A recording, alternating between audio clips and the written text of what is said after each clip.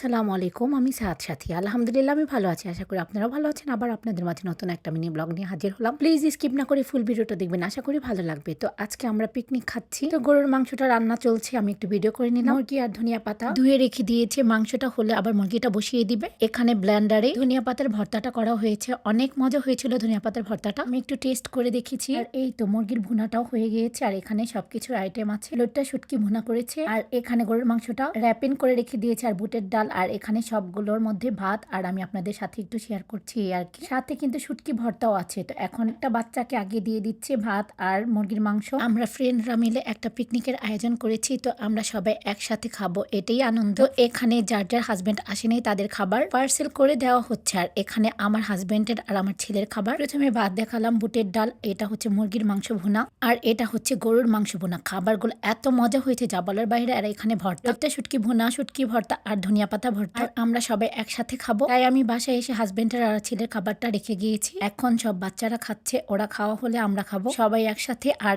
এই মুহূর্তটা খুবই আনন্দময় ছিল। ভিডিওর প্রথমেই তো আপনাদের দেখিয়ে দিলাম বাচ্চারা যে কত আনন্দ করছে।